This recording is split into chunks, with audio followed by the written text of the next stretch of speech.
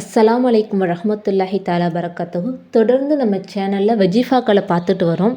அந்த வரிசையில் நம்ம இன்றைக்கி பார்க்கக்கூடிய வஜீஃபா நமக்கு செல்வ செழிப்பை ஏற்படுத்தக்கூடிய ஒரு வஜீஃபா.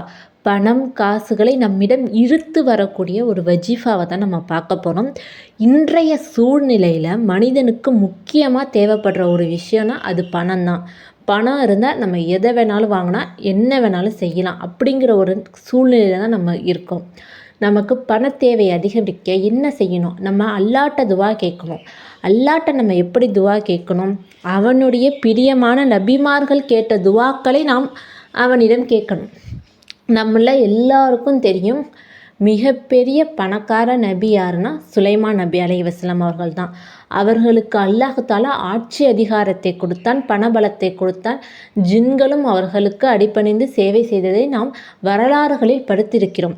அப்படிப்பட்ட சுலைமான் நபி அலைஹிஸ்ஸலாம் அவர்கள் ஓதிய அந்த ஒரு துவா நம்மளும் ஓதி அல்லாவிடம் கரமேந்தி துவா கேட்டால் நமக்கு செல்வ செழிப்பு அதிகமாக பெருகும்.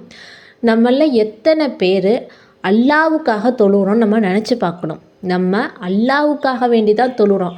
நம்ம அல்லாக்கிட்டேருந்து தான் வந்தோம், அல்லாக்காக தான் இருக்கிறோம். திருப்பி அல்லாவிடம் செல்பவர்களாகவே நாம் இருக்கிறோம்.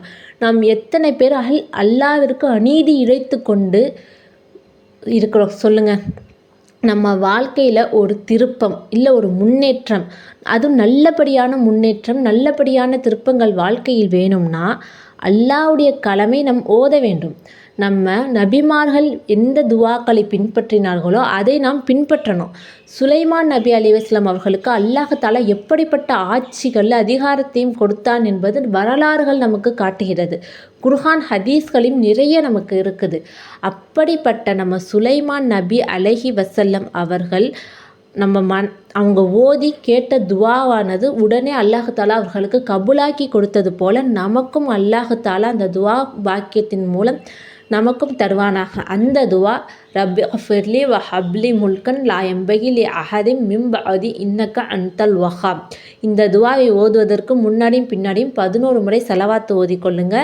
மேலும் இது போன்ற நல்ல வஜீஃபாக்களை தெரிஞ்சுக்கொள்ள நம்முடைய சேனலை சப்ஸ்கிரைப் செய்யுங்க. அஸ்ஸலாமு அலைக்கும் வரஹ்மத்துல்லாஹி தஆலா பரக்காத்துஹு.